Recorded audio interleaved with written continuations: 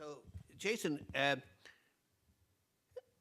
mean, you talk about innovation here. I take it you think mostly about patentable innovation, like technical innovation, because you're looking at science or mathematics or anything like that. Then, I think the notion of a commons is much less of a concern, because what you don't mention, of course, what many of these people and what keeps this together are reputational mechanisms. Finally, a small remark. I think there's a paper that Eleanor wrote with Carla Hess that actually looks and does more or less apply her idea of the commons to the world of knowledge. You might want to look at that. Yeah. Yeah. So I mean, so there's the Hess and Ostrom stuff. There's a lot of work now increasingly on knowledge commons, and that's become a thing. But what it's been, the point I'm sort of making here is that knowledge commons literature has essentially been developing as a, and therefore in the future we don't need competitive markets for the production process. We'll all move into the commons as a production process. And the point here is that if this theory is right, then that's not the implication. The implication is that the commons is a very effective discovery mechanism, but that says nothing about the subsequent production process. Marist. Yes, I have a tough time actually to associate Hayek with that concept, in the sense that first what you describe seems to be different from the timing what you say, in the sense that it seems that people get together, but they are already a preconceived idea of what they are looking for. And so it seems that, and it's a good idea, no problem, but it seems that it's more a utility maximization concept, knowing what you are looking for, rather than the Hayek concept, which is like pure creative, on-design system in which people don't collaborate purely in design fashion, but you discover what is good or bad through the market process, through the prices. So, do you understand what I mean? And so, I have a... Yeah, I mean, I think there's a very simple answer to that, and this is the sense that you know what you're looking for, in the sense we want a profitable application of blockchain technology, and we'll know it when we see it. But what you don't know is what the fine detail of that is, and this is the sense in which what the commons is pulling is that fine detail information. Everyone's there because they're looking for more or less the same thing. So it's much more at the later stage of innovation. No. It's right at the very, very beginning, when everyone can see this is a promising technology, but we have no idea what this application is. Yeah, but the promising technology, you know already it's a promising technology. In the Hayek concept, it's a surprise. The guy doesn't know anything, and he discovers something, and after that, your concept is coming. No, I don't. Yeah.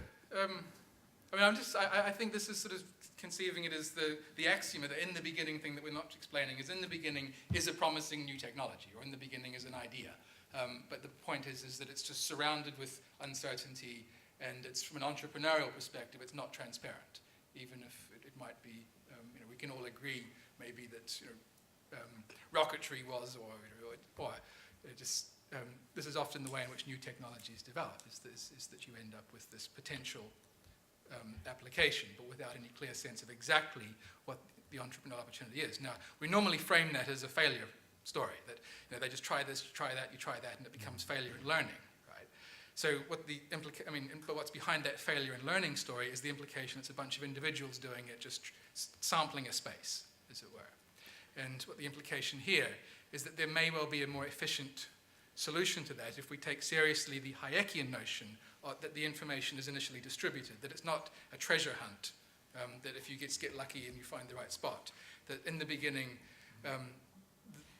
the distributed information needs to be put together in the first place to reveal anything at all. Okay, David. Yes, your paper was very comprehensive, and I was impressed at the ability that you have to bring together some very disparate elements into a synthesis. But it seemed to me that perhaps because you're trying to cover so much, there are some gaps in your exposition in terms of the emergence of the innovation commons, and maybe there are in a more detailed treatment. But I'd recommend that you have a look at some of the emergent literature on team-based entrepreneurship, because I think it has quite a lot of relevance to what you're talking about. And the sorts of things that come out of that literature are that there is a mutual recognition that the relevant parties have a common interest, which they can only achieve through some joint action of some sort. And they recognize that the other party has, as you called it, idiosyncratic knowledge that they don't have, but that are complementary to the knowledge that they do have, and that the combination of that knowledge will enable them to achieve that common interest that they couldn't otherwise achieve. So the kind of literature that I'm hinting at is game theory literature on team-based reasoning, and also the philosophical literature on joint action, names such as Bratman, Tuomela, and Gilbert. I think you'll find that literature quite helpful to the story that you're telling, because it really recognizes the strategic interdependence of the various actors, and this kind of alert recognition at an early stage of the process that they can only achieve certain outcomes through mutual coordination, which seemed to me quite a part of the story you're telling in terms of, I think you said that the individuals concerned are quite selective. They do recognize that there are various other parties that they should cooperate with. So it's not a sort of like a self-organizing process in the sense that these people are deliberately doing this. It's a joint action with a deliberate goal in mind. Yeah, no, I'm not familiar with the literature, so I'll chase that up. Okay, Richard Nelson.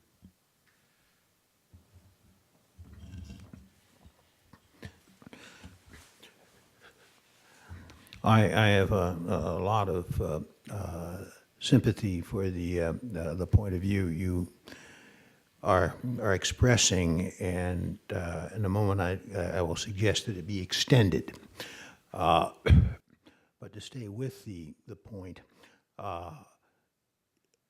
virtually every new technology or new industry that I know about and have looked at empirically in any detail was marked in the early stages by a loosely knit, sometimes more closely knit community of people who are enthused about the prospects there and hopeful that they could do something exciting with it, who communicated often to a considerable degree, but whatever, were aware to a considerable extent of what each of them was doing, that essentially build up and gradually various commercially viable packages of things came to emerge.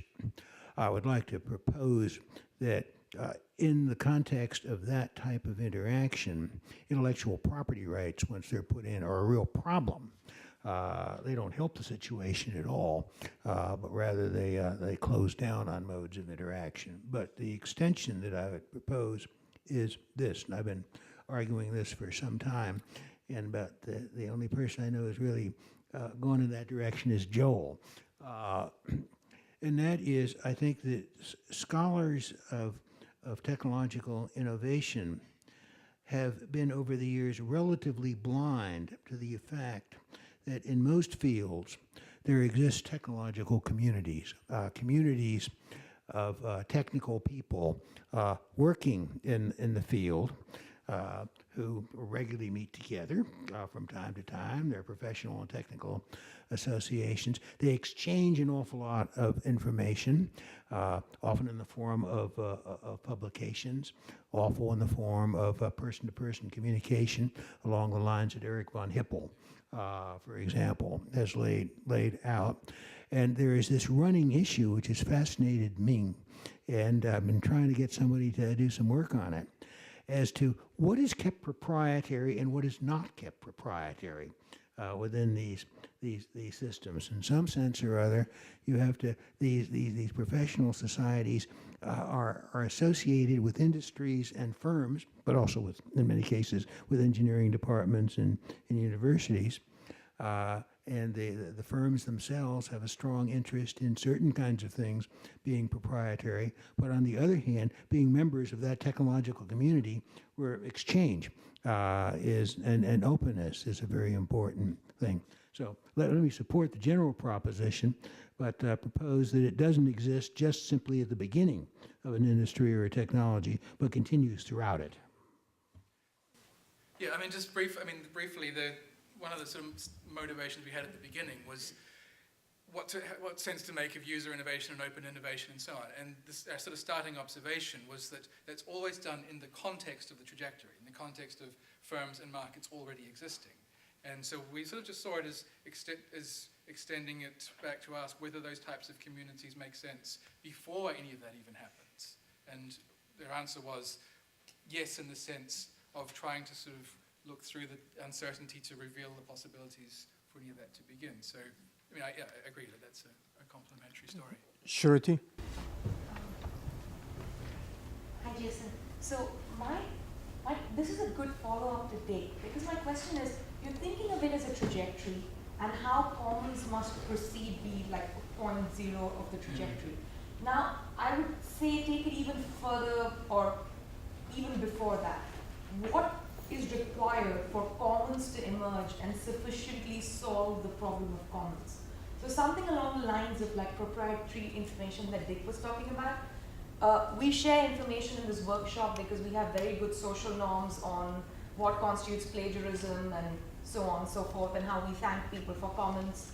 If those social norms are missing, or if you're not operating under some kind of shadow of the law of what is intellectual property of your own work, then this kind of commons simply can't emerge, right? So what is required? So if you think about it that way, to me, it becomes a sort of comparative exercise. Instead of saying commons not competitive firms, it seems like if you have these sort of social norms, you're more likely to get commons and this particular trajectory.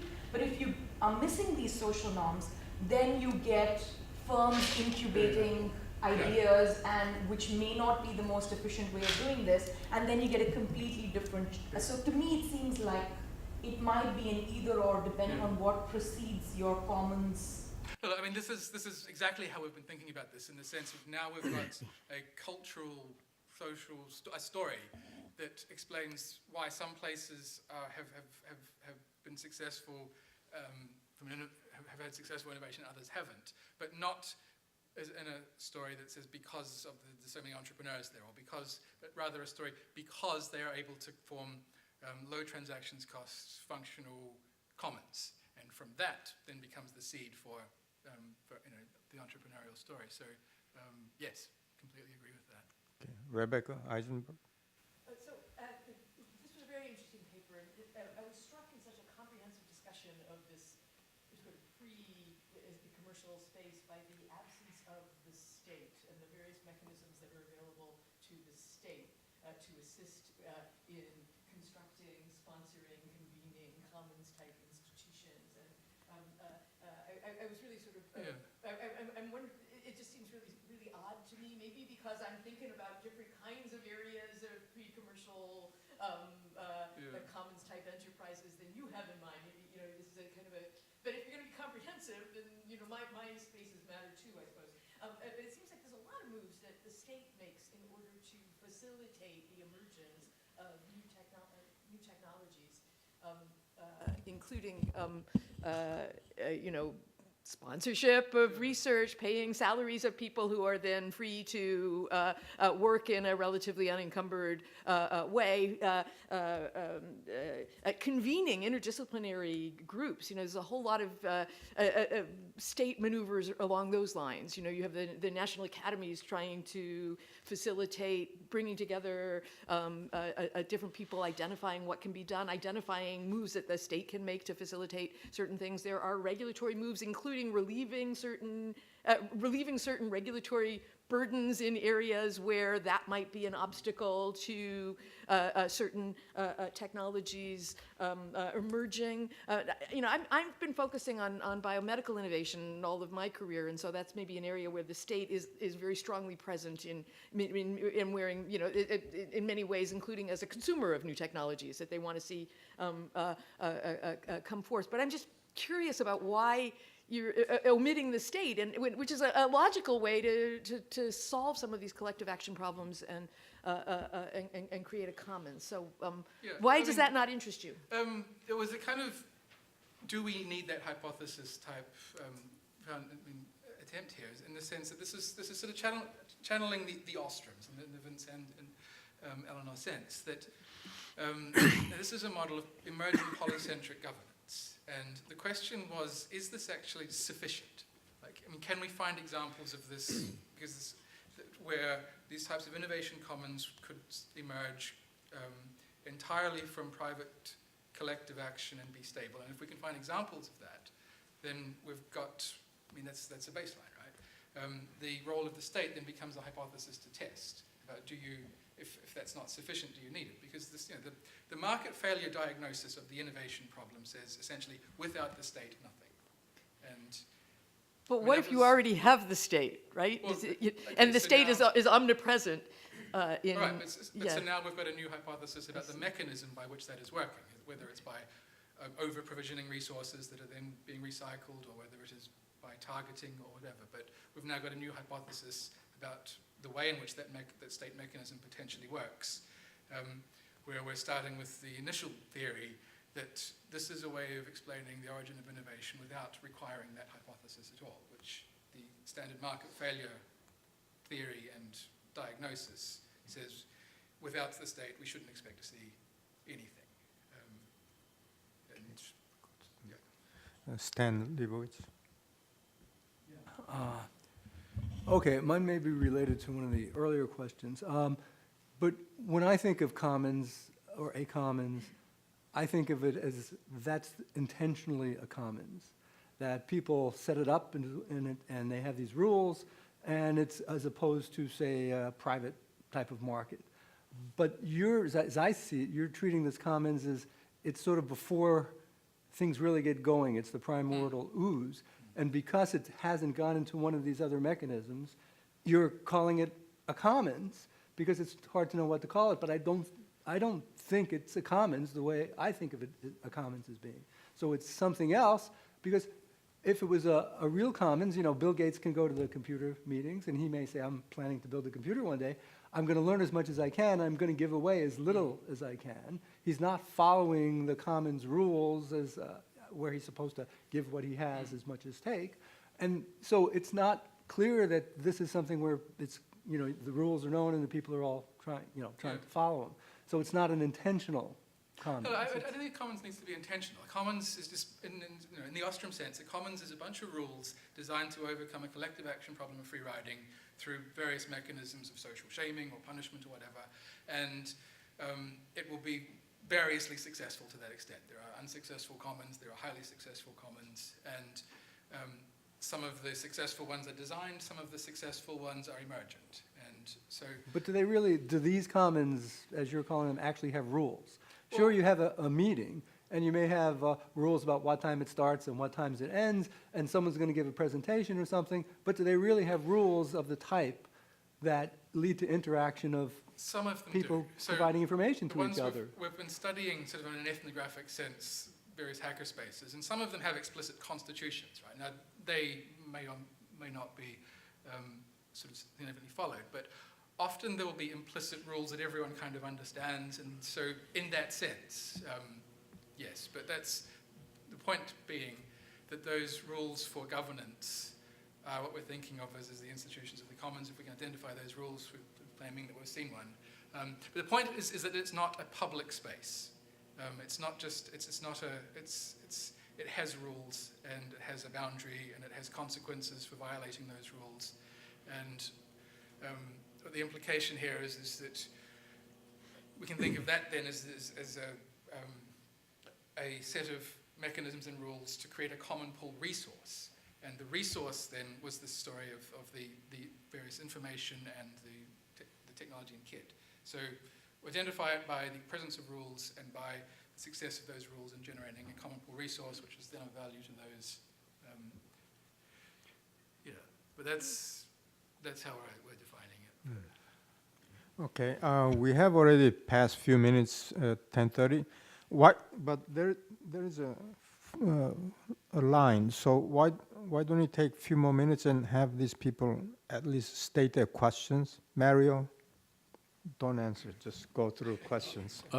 My questions have already been asked, so I pass. Next, Jonathan Barnett.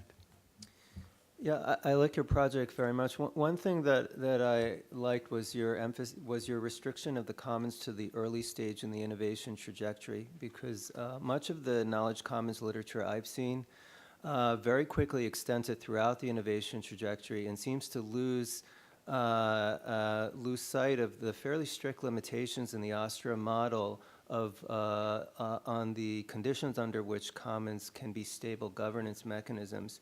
And so I would encourage you to look not just at that 0 stage, but the boundary from 0 to 1.